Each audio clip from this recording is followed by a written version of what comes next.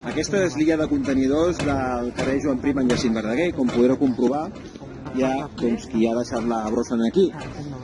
Clar, els contenidors no estan bé, no funcionen, la cosa no està malament, la culpa és de l'alcalde, però fixeu-vos, aquest contenidor està ple, però si jo agafo la brossa, la porto al contenidor del costat, obro, poso la bossa i tanco. Com podeu comprovar, el contenidor del costat està pràcticament buit. Per tant, es poden fer dues coses. Ser un guarro i deixar les coses així al terra, o ser cívic i utilitzar els contenidors que estan al carrer. I això no és una qüestió de que es tanquin o no es tanquin, no és una qüestió de ser cívic o de no ser cívic. I a partir d'aquí us espero amb els comentaris i digueu-me de tot, però això és ser guarro i l'alcalde no té la culpa. L'alcalde no té la culpa.